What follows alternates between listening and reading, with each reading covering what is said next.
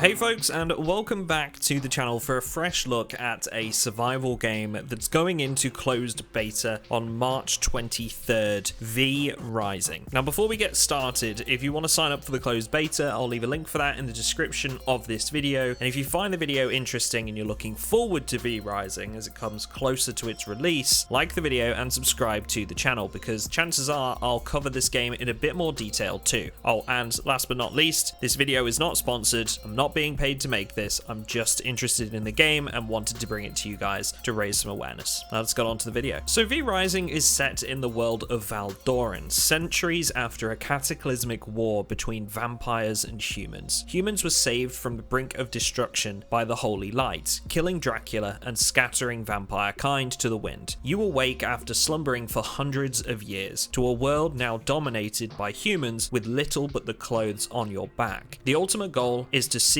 glory and power to restore yourself to your rightful place at the top of the food chain. Now the graphic style is one I can't quite place. The lighting and environment gives me the same feel as Valheim, but it retains enough of its own design to give it a completely unique and fresh feeling. They've used lighting expertly, in my opinion, to craft a moody and dark feel to the world around you. And speaking of Valheim, the game is actually developed by Stunlock Studios, the same developers that made Battlerite, and they're basically next door neighbours to Irongate, who are the developers behind Valheim. They're also based in the same town that birthed Goat Simulator, Satisfactory and Raft. Whether this says anything about how vrising is going to turn out, I don't know, but I guess they might have some common names working on the game that might have had something to do with those other games as well, just a hunch. Now earlier when I said that you start with little but the clothes on your back, the devs mentioned some basic starting recipes, but outside of that you'll need to acquire everything from out in the world, whether it's plundering recipes from NPCs or players, or alternatively learning them through cooperation with allies. Now as of right now I haven't been able to find anything detailing what that cooperation part is going to look like. It could just be having friends share the recipes, but we'll see. Co-op with friends is very clearly something the developers have thought about and is shown at multiple points within their trailers, including group fights with challenging AI which are known as V-Bloods. Now these V-Bloods are considered a more powerful version of their common counterparts. Whether it's an animal like a bear or a wolf that has grown an untamable ferocity, or a Templar of the Holy Light that can manifest their powers in ways that their comrades can only dream of. These enemies are meant to give you and your vampire kin a challenge to say the least. It's a boss fight, essentially. Now V-Bloods seem to be vrising's main way to progress forward in the game, not only allowing you to acquire unique abilities that relate to the creature in some way, but also it's a way for you to obtain crafting recipes to propel you forward in your journey. Examples are given in their blogs, like a master carpenter being a target for you to acquire new techniques, and personally this system has me really intrigued. Survival games often just tie progression to the resources that are found in the more difficult areas of the game,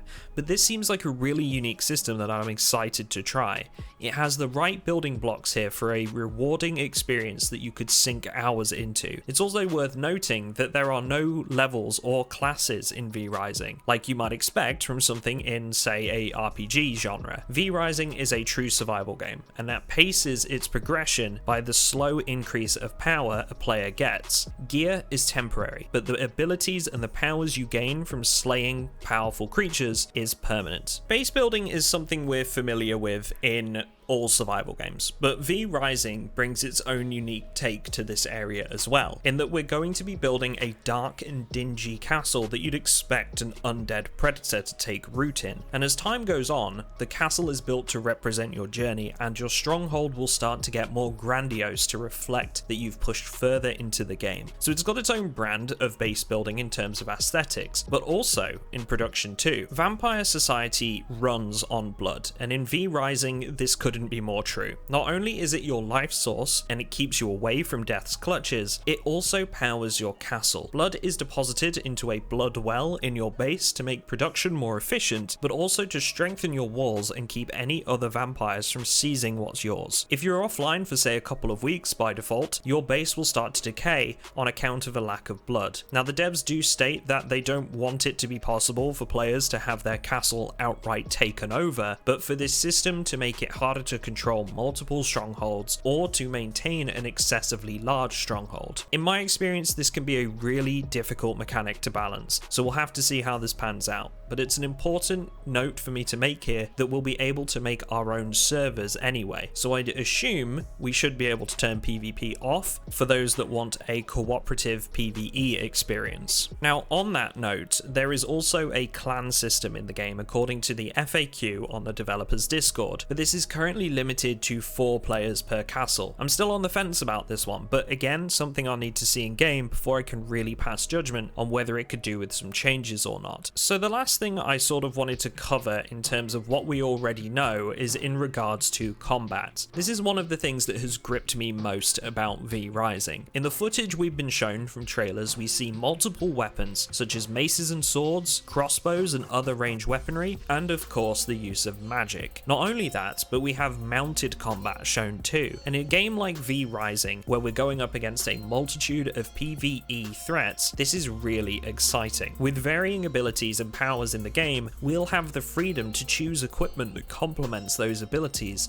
and create our own builds. Oh, and whilst we're touching on mounts as well, the developers found in their internal testing groups that mounts were considered too easily disposable and common to find. So, their response to this? Well, mounts now have randomized qualities such as speed, acceleration, and rotation time, which means we'll be on the lookout for a steed that we can count on. And of course, we can name them too. So naturally, I will cry profusely if mine dies. Anyway, that just about covers what we know so far. My main questions about the game right now are things like, what does the map look like, how big is it, and how do regions and zones work in relation to PvP and progression. Now that'll only be answered with time, but I'm excited to learn more about vrising, and I hope this video has piqued your interest as well. If you've got any questions about vrising, feel free to drop them in the comments. What are the things that you want to know about the game? I'll leave a link to the game's Discord in the description, as well as a link to their beta testing sign-up form as I mentioned. And before we wrap things up, a special thank you to all of my patrons for their continued support for my channel and its content. If you want to join them, there's a link in the description for that too. Thanks guys, and I'll see you all in the next one.